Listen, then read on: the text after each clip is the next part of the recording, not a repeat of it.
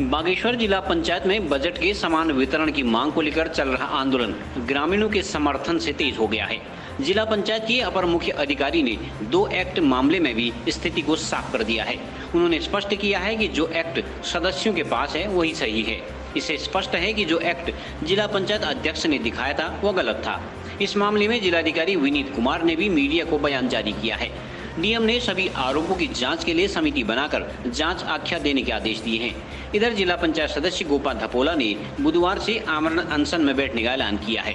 जिला पंचायत उपाध्यक्ष नवीन परिहार के क्षेत्र के ग्रामीणों ने आंदोलन को समर्थन देते हुए प्रदर्शन में हिस्सा लिया है। पिछले 19 दिनों से जो हम धरने में अपने संवैधानिक व्यवस्थाओं को बचाने के लिए, अपने संवैधानिक मूल्यों को बचाने के लिए, आने वाली पीढ़ी के लिए एक नज़ीर बनाने के लिए इस आंदोलन में आज हमारा 19वां दिन था। माननीय हमारे उपाध्यक्ष नवीन परिहार जी के नेतृत्व में यह आंदोलन की नींव 15 जून को रखी गई। उसके बाद निरंतर हम लोग धरने में यहाँ पर को हैं।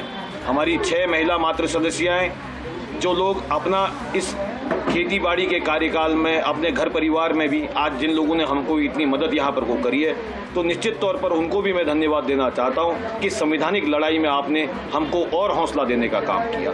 हमारे साथीगण, हमारे जितने साथी, चाहे क्षेत्र पंचायत के सम्मानित साथीगण हों, चाहे ग्राम प्रधानगण हों, पिता तुल्य बुजुर्गगण हो, मातृशक्ति हो, निश्चित तौर पर पूरे जनपद में चाहे कपकोट की जनता हो, चाहे बागेश्वर की जनता हो, अंतिम छोर के व्यक्ति ने भी हमको मदद करने का काम किया और इस आंदोलन को समर्थन देने का काम किया। वो लोग जो इस गलतफहमी में जी रहे थे कि ये महज नौटंकी तक का उन लोगों ने इस आंदोलन को दिए बताया, आज उन लोगों को भी पता चल गया। निश्चित तौर पर एक लंबे समय के बाद इस बागेश्वर में जो जन आंदोलन हुआ है वो इस ऐतिहासिक गांधी जी जिस भवन में रात्रि विश्राम किया था, बाबा साहब भीमराव अंबेडकर के चरणों में, निश्चित तौर पर यह आंदोलन आज उनको भी सबक सिखाने का काम कर रहा है कि आप कहीं ना कहीं गलत धारणा से, गलत नीयत से, सत्ता के नशे में आप इस आंदोलन को भटकाना चाहते हैं।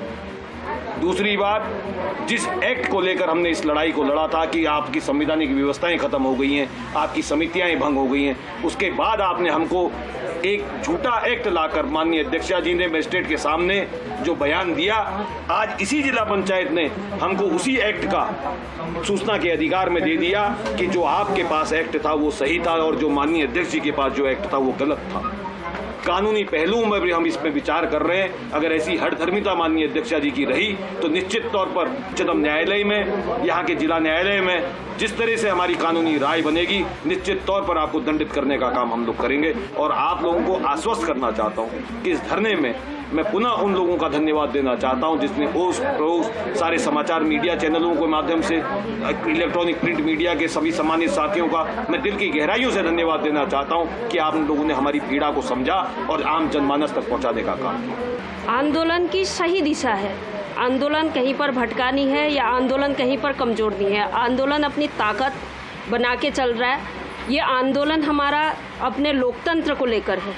हमारी लोकतांत्रिक व्यवस्था में जब हमारा संविधान का यहाँ पर निर्माण हुआ था, तो आज ये लोग उसी लोकतंत्र के साथ खिलवाड़ कर रहे हैं, उसी संविधान के साथ खिलवाड़ कर रहे हैं। एक मजिस्ट्रेट के सामने आपके संज्ञान में भी अभी भी आया है, सभी क्षेत्रीय जनता के संज्ञान में भी आया कि एक्ट के साथ माननीय अध्यक्ष महोदया एक संवैधानिक पद में होते हुए बच्चों की जैसी हरकत मैडम ने की। यहाँ पर गलत एक्ट लेकर आती हैं और दिखाती हैं 2 वर्ष का हमारा कार्यकाल है। मैं अध्यक्ष महोदया से कहना चाहती हूँ कहीं, और अपने क्षेत्र की जनता से भी कहना चाहती हूँ कि कहीं भविष्य में माननीय अध्यक्षा जी ऐसा एक्ट बना के न ला जाएं कि मेरा कार्यकाल, अध्यक्ष का कार्यकाल 10 साल का हो गया है। तो उनकी इस करनी से तो मेरे को लगता है कि उन समाज सेवा के भाव से नहीं आई हैं। उनका सिर्फ एक ही भाव है कि वो अपना स्वार्थ सिद्धि के लिए यहाँ आई है। स्वार्थ सिद्धि के लिए अगर ये एक्ट के साथ छेड़छाड़ कर सकती हैं तो हमारे क्षेत्र की जनता के स्वार्थ की सिद्धि के लिए ये 57% इनका रखना कोई अचंभा नहीं होना चाहिए। कि जो संविधान के साथ, जिस संविधान को बनाने में भीमराव अंबेडकर जी ने 2 वर्ष 11 माह 18 दिन का समय लगाया था, हमारी अध्यक्ष महोदया ने 2 घंटे में, पता नहीं 2 घंटे, मैं तो 2 घंटे कह रही हूँ, 2 मिनट में वो काम कर दिया था। तो उनको भी शर्मिंदा करने का काम माननीय अध्यक्षा जी ने किया है। उनको इस गलती को, अपनी गलती को स्वीकार करना चाहिए। गलती मैं कहती हूँ कि इंसान से होती है, तो उस गलती को स्वीकार इन लोगों ने करना चाहिए। जो भी उनके सलाहकार थे उन लोगों ने भी अध्यक्ष जी से माफ़ी मांगनी चाहिए कि तुमको हम ऐसे सदन में भिजवाया हमने गलत एक्ट लेके। और आज उपाध्यक्ष जी के क्षेत्र से बड़ी संख्या में लोग बात पहुँचे हैं, तो क्या माना जाए कि आने वाले दिनों में आप लोगों के क्षेत्र से भी इस तरह से लोग आएंगे यहाँ पर? ये आंदोलन बड़ा रूप ले रहा है और ये पंचायती राज विभाग भी जानता है कि ये पूरे उत्तराखंड में आज पंचायती राज एक्ट पर ट्रेनिंग करा रहे हैं लोग। पूरे 1 महीने की ट्रेनिंग इन्होंने रखी हुई है। तो पंचायती राज विभाग में भी हलचल है और हमारी क्षेत्रीय जनता को तो हमने आपके चैनलों के माध्यम से भी हम कह चुके हैं कि हमने बड़ी मुश्किल से उनको धैर्य बनाने को कहा है। बड़ी मुश्किल से हमने कोविड के नियमों का ख्याल रखते हुए उनको रोका हुआ है। और मैं जिलाधिकारी महोदय को भी फिर भी मैं कहना चाह रही हूँ कि अगर क्षेत्रीय जनता ने अपने धैर्य का बांध तोड़ लिया, ये धैर्य का बांध आपका डायलॉग नहीं बनना चाहिए।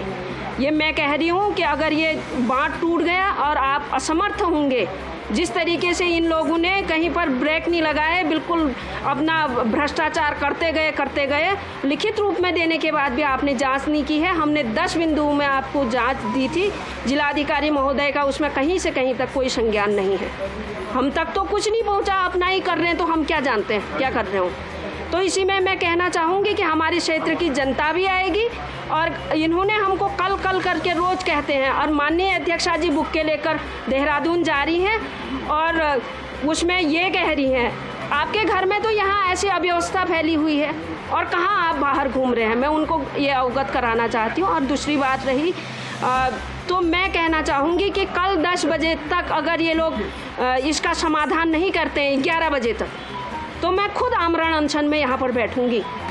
आपके चैनल के माध्यम से कहना चाहती हूँ, अगर मेरा जीवन अपने क्षेत्र की समस्याओं का समाधान करने के लिए नहीं है, उसका समाधान नहीं कर सकता मेरा जीवन, तो मेरा जीवन किसी काम का नहीं है। मैं किसी काम की नहीं हूँ। मेरे क्षेत्र की जनता का अगर मैं पीड़ा दूर नहीं कर सकती हूँ तो मेरा जीवन किस काम का है। तो मैं ऐलान कर रही हूँ कि मैं अगर कल 11 बजे तक ये लोग हमारे सम्मुख नहीं आते हैं, अगर समाधान की दृष्टि से ये लोग नहीं आते हैं, नहीं समाधान देखते हैं, तो मैं आमरण अनशन में बैठने के लिए तैयार हूँ और बैठूँगी। लेकिन हमारे जिला पंचायत जो सदस्य थे वो उपाध्यक्ष हैं यहाँ, हम यहाँ पर आए और यहाँ पर हमको जानकारी मिली। जानकारी मिलने के बाद मतलब यहाँ मौलिक अधिकारों का हनन हो रहा है अध्यक्ष के द्वारा। वो जो मौलिक अधिकार हैं वो उसका हनन हो रहा है और ये बहुत गलत हो रहा है। अगर ऐसा रहेगा तो हम भी आंदोलन में जुटेंगे और मरने के लिए तैयार हैं। ये है जो भी इनकी कार्रवाई जो चल रही है उसको चलने दीजिए। अगर ये अपने मन से या उनके हृदय से अगर ये पूरा अगर सुलझाव नहीं होता है तो यहाँ पर जनता और भड़कने आएगी और पूरा सहयोग इनको देगी। जी, जिस तरीके से आप देख रहे हैं क्षेत्र की जनता जागरूक, हमारी जो क्षेत्र की जनता आज यहाँ पर पहुँच चुकी है। जिस तरीके से उन्होंने देखा उनके जिला पंचायत सदस्य यहाँ पर आंदोलन पे 18 दिन से बैठे हुए हैं और जिला पंचायत सदस्य और जो मेरे समर्थन में यहाँ पर 8 लोग बैठे हुए हैं, तो उनको एक ऊर्जा देने के लिए आज ये लोग यहाँ पर आए हुए हैं। और जिन लोगों ने ठान ली है कि अपने क्षेत्र का बजट हम स्वयं लेके रहेंगे, अगर माननीय जिला पंचायत अध्यक्ष जी अभी भी नहीं जागी तो स्थिति खराब होने में देर नहीं लगेगी। तो इसलिए माननीय अध्यक्ष जी आप समझिए, अपने परिवार को संभालिए, क्योंकि ये बजट आपका अपना बजट नहीं है, ये बजट हमारा अपना बजट नहीं है, हमारे क्षेत्र का बजट है जो हमारे क्षेत्र की जनता के विकास में लगना चाहिए। और अगर ये हक से नहीं मिलेगा तो हमारे क्षेत्र की जनता इसको लूट के तरीके से कहे तो जहाँ हक नहीं वहाँ लूट सही, यह जो किस्सा है यहाँ पर लागू हो सकता है। तो इसलिए आप सचेत होइए और कहीं ना कहीं आपकी यह कार्यप्रणाली आपको 2022 जो आपका जिस पार्टी के लिए आप लगी हुई हैं, जिस पार्टी का गुणगान आप सदन में भी करती हैं, तो कहीं ना कहीं आपको यह 2022 जो है इसमें आपको नुकसान हो सकता है। इसको समझिए और अपने परिवार को संभालिए।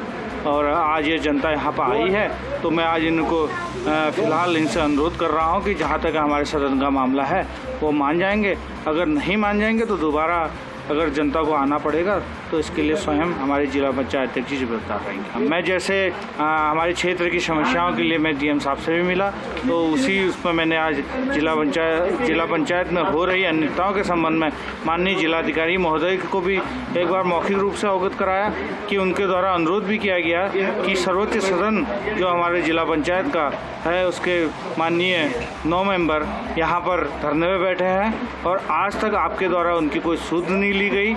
इसका भी जनता में गलत संदेश जा रहा है, तो इसलिए उनसे भी मैंने आग्रह किया कि आप एक बार आइए धरना स्थल पर, जिला पंचायत सदस्य की सुध लीजिए, क्योंकि हम 9 जिला पंचायत सदस्य कहीं न कहीं आधे ज़िले की जनता का प्रतिनिधित्व करते हैं। अगर आप लोग हमारी नहीं सुनेंगे तो जनता को इसका भी दुख होगा, इसके लिए भी जनता आक्रोशित होगी।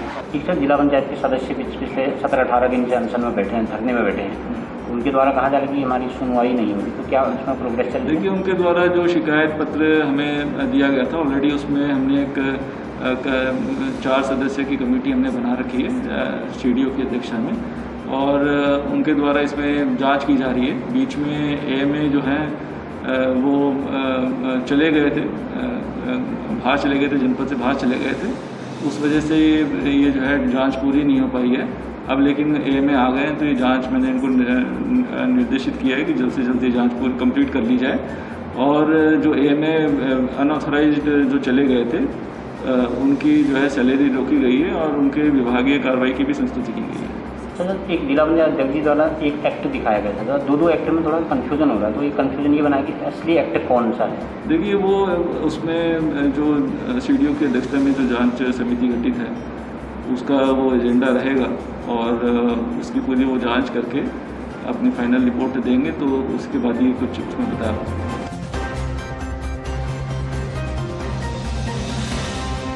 CCN न्यूज के लिए सुरेश पांडे की रिपोर्ट।